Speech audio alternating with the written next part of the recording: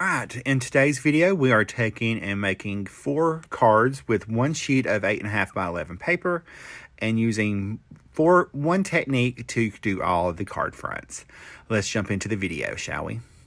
Alright, as I said, you're going to need a piece of smooth cardstock, some inks, a stencil, your brushes, or whatever. We're going to cut our 8.5 by 11 piece of paper down in half and then in half again. I'm just using my Tim Holtz rotary trimmer for that. Now we're going to take and line these back up, flip them over, and we're going to tape them together. I tried it, before you even ask, I tried it the other way, leaving the paper whole to begin with, and it doesn't work as well. So you want to tape them together in your 4 quadrants and then tape them back like it was a normal sheet of paper. Lay your stencil on top. And then we're going to take, you could do this with stamps, a stencil, whatever. We're going to take the Pinkfresh Studio, I believe this is Paradise ink. And we're going to ink blend from the center out, creating a gradient of color onto in the center of our pieces of cardstock. Now, it was a piece of cardstock, but now it's just a piece of cardstock.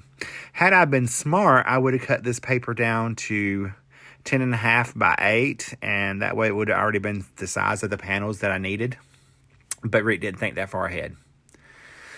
Alright, clean off your excess ink, take and pull off your stencil. Now we're going to take our pieces apart, at least the center pieces anyway, and we're going to flip them where the center piece is clean cardstock. I've learned this trick from Jennifer McGuire.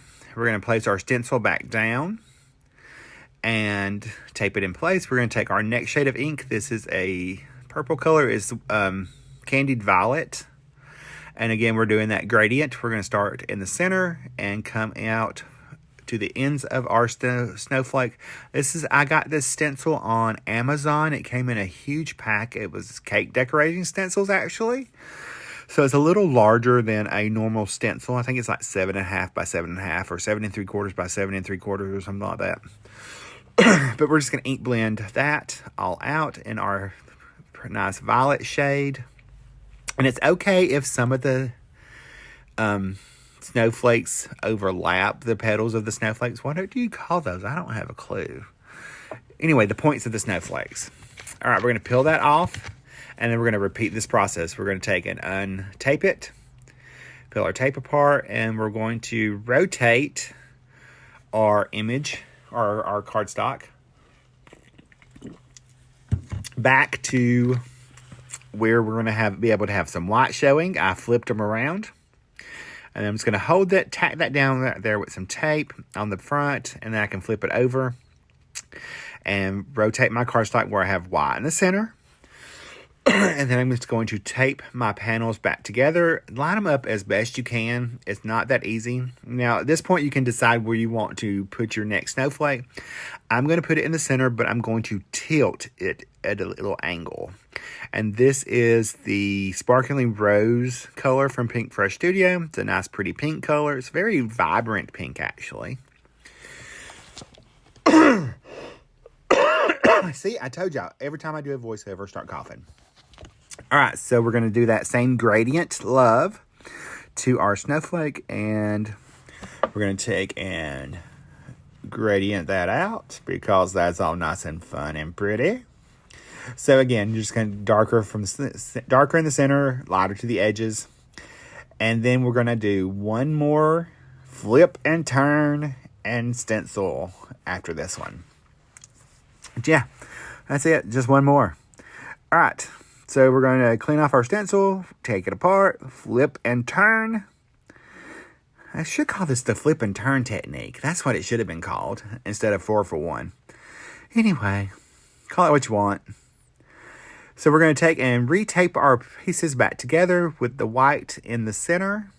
And then I've just double flipped over so I could check it. I'm going to tape it back together. See, it's not even lined up perfect, but that's okay. Now we're going to take our stencil, put it back in the center, and rotate it. And then we're going to come in with our next color of ink. This is Sage. And we're going to ink blend that. So we have a pink, a purple, a green, and a blue. I thought those were nice and pretty colors. And you can do these for different occasions. You don't have to do these for Christmas. These could be, by changing up the sentiment, you could easily make these into just winter cards or winter birthday cards or any fun thing like that. Right? So just remember that. Change your sentiment, make them different things. But you're going to get 4 panels from the 1 sheet of cardstock. Now for this one, I decided to go ahead and ink blend over all of the stencil, even the open area. So I did move the tape a little bit to mask off, and so I didn't get ink everywhere. But I wanted to add a little bit more color to this, and that was the perfect way to do it. So we're just adding our color. We're going to finish this up in just a second. And then we're going to take our panels apart completely. I'm just making sure I got everything nice and covered. Oh, this one's not stenciled a long time on this one, y'all. There we go. All right, now let's take this baby apart. I love how this gives you different effects. But you have all the colors on each panel, so it's great. So there's our 4 panels. Now we're going to take and we're going to stamp our... Oh, no, I'm going to die cut some snowflakes from some holographic cardstock to add it as an embellishments in a little while. Now we're going to cut these down. And see, had I cut these down to begin with to the 10.5 by 8, I wouldn't have done this step. Rick was not thinking. So I'm just cutting them down at 5.25 by 4. And then I'm going to pull in my Misty. And I'm going to stamp my sentiment. And this is from the Big and Bold, I think it's Holiday. I'll have it linked below. Stamp set from scrapbook.com. We're going to ink this up. I started to ink them up in black. And then I decided that was a little too dark. Even though, I do like my big, bold black outline, my big, bold black sentiments. But I decided I'm going to take and just change the ink color to one of the blue. What color? I think this is not Paradise. It's the next darkest color, Aegean, I think, is what it is. And if you don't know Pinkfresh Studio inks, they come in different color families. You have 4 inks in one family. You have a light, medium, dark, or light, medium, dark, and a dark shade of each color, each of the colors. You can buy them all individually, but it helps it for ink blending. It makes it super easy to figure out what you got to do: light, dark, and medium, and darkest dark. Blah blah blah blah blah. All right, we're just folding our A2 card bases over. And we're going to attach our panels to our card fronts with just some foam tape. I'm going to add all my foam tape at one time since we are mass producing these cards. And I'm going to peel those off and I'm going to stick them, I'm going to add a little liquid glue and then I'll stick them to my card bases. Make sure they're folded the right way. I think out of all 4, I think I had one that I didn't fold right. My card panel was wrong. I had to refold that. All right, we're going to add the rest of our panels, adding our liquid glue behind each set of our tape so we have a little wiggle room. It just gives you a nice, 1/4 inch. Let's say it's quarter down, so it's 16th inch border, I think. No, 1/8 inch border all the way around. 1/8 inch. Math is hard. All right, now to finish them off, we're going to add some of our holographic snowflakes. This is from the holographic paper pack from scrapbook.com. And I'm just going to add in 1 large snowflake on each of the cards. And then I'm going to add a medium and a small snowflake to each card. So I'm adding my big ones first up at the top right-hand side corner. And I'm going to add my medium one right below the sentiment. And in the middle of the sentiments, we're going to add just a small one. And these are just snowflake dies I had in my stash. I encourage you to use what you have. Especially with this technique, it's super easy. I'm trying to decide if I wanted to add a little bit more. I think I just go with a 3.